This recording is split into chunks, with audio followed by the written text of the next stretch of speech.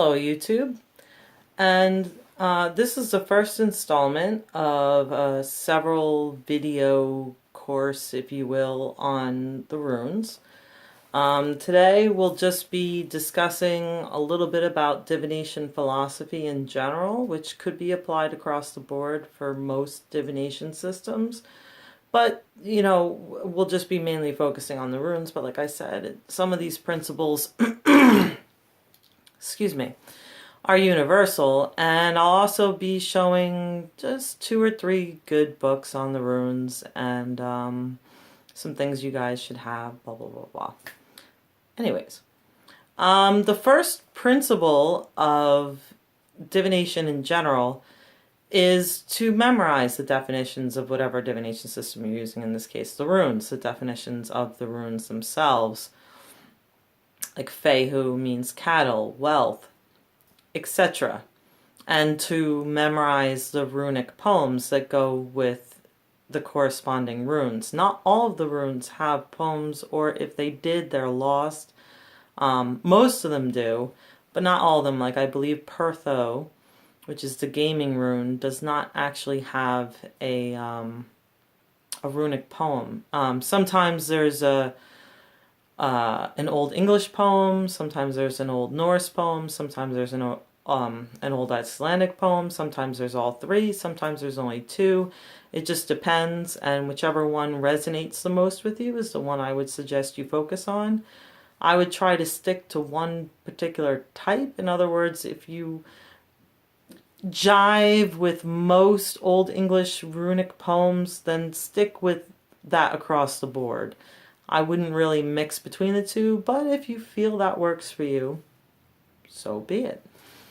The point of memorizing the definitions is to give you like a base and a foundation for your divination system that you're using, in this case the runes.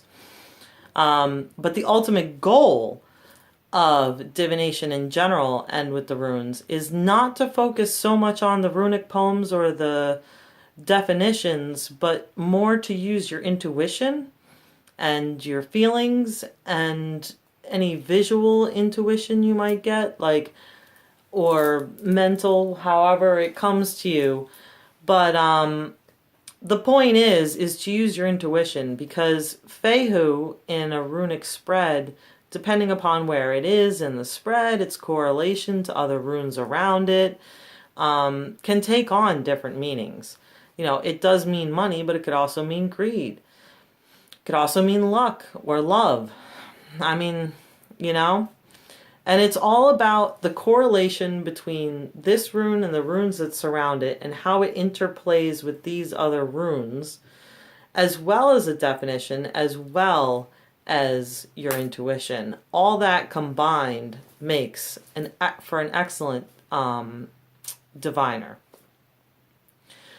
How do you get intuition? You can't buy it, you can't purchase it, you can't learn it. It either comes or it doesn't. Usually people that are drawn to this path have some kind of intuition. Maybe they don't recognize it. Maybe they don't always listen to it. But they probably have it. I'm not guaranteeing just because you're into magic that you'll automatically have intuition. No.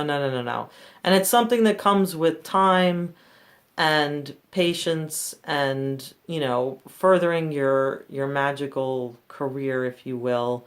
Learning, wisdom is a huge impact on intuition, I believe. I think they're almost one and the same. I don't want to say one and the same, but they go hand in hand, I guess, is more what I would actually say. So anyways, it's all about, the relative interplays between the runes in the spread, and as well as your intuition and the definitions. Now, a couple notations about definitions of runes. First off, Ralph Bloom is a load of crap. Everyone who actually studies the runes and takes this practice seriously knows that Ralph Bloom just made up the blank rune. There's no such fucking thing. There never was a blank rune. There is a philosophy of weird, but not with the runes. Okay, so if you have a blank rune in your rune set, just put it aside. If you lose a rune, then you have a blank one you can reinscribe as the rune you lost. Think of it that way. It doesn't make the rest of the runes that you have any less valuable. Just don't use it because it's bullshit. Even he admits in his book that he made it up. Completely 100% made it up. There is no factual archaeological evidence to ever suggest there was a blank rune. It's just something he intuited. Some people are total bullshit. What are you gonna do? Anyways, so I lost my train of thought. But yeah, so about the rune divination, I mean the definitions. Just about 100% of all books you read on the runes that say this is the definition, and then they list like money or love or whatever, it's not that it's bullshit, but it's that person's personal opinion of what the rune poem means.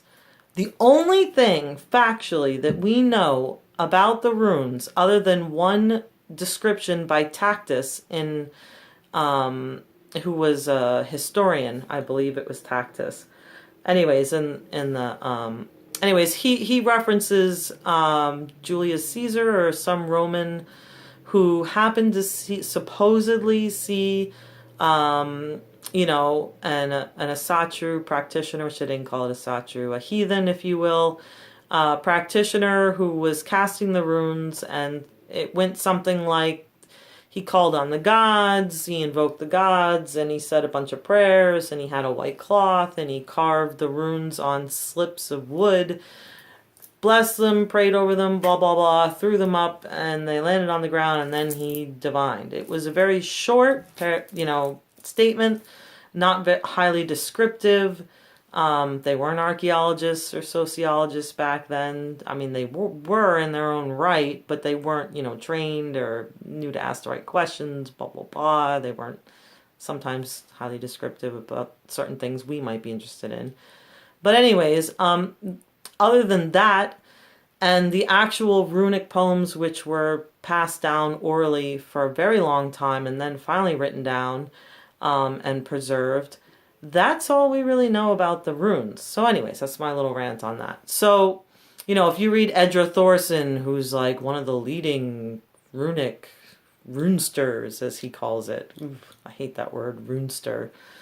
It's so hipster, and it just leaves a bad taste in my mouth as a heathen. Just say I'm a diviner and be done with it. Anyways, so like his definitions, they're great. I agree with a lot of Edra Thorson's, material, except for his runic yoga. He totally made that up, first off. There is no archaeological evidence that suggests that heathen priests or practitioners ever did runic yoga, It's just a load of crap.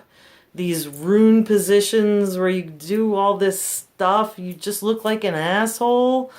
And I guess if that gets you in the right headspace and helps you to send out energies, you do that. I'm not. And people who take this practice seriously probably won't either. At least those who think for themselves. Anyways, let's get to some books, because I love books. Everyone should have a copy of this. Lee M. Hollander's The Poetic Edda. Excellent book. You want to learn anything about the gods or the stories of the Norse and the Scandinavian peoples, this is your book. How does this help with the runes? Well, the runes are interconnected with the stories. They reference the stories in the runic poems, and they make references to gods and things that they did and blah, blah, blah. You have to know this book and the younger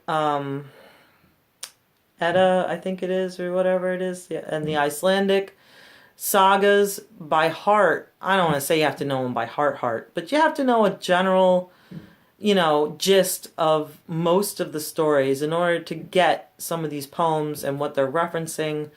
And which leads me to actually my favorite book on the runes. I think this book helped me to read the runes the best. I think it has some of the best information in it. I like the way he has all of the poems, and I like the way, he incorporates myths and legends associated with the runes. I mean, or with the theme of the runes, if you will, and just, he really connects it to the culture, and I think that's really important. Like Isa and stuff like that has ties, and Fehu, to some of the creation myths from the Norse and stuff like that. And he makes this connection. So I'm super, super into this book. It was only $16.95. If you buy it brand new, I would suggest just going on Amazon or whatever and getting this book. The second is, this is a really good book on rune lore, speaking of, by Edra Thorson. Any of Edra Thorson's books are good. And as a tip in general for any magical practitioner, Llewellyn Publishing, stay away from it. It's generally crap, or you could consider it the encyclopedia of magic. In other words, it has a sprinkling of information in it, and the rest of it's fluff, Wiccan bullshit.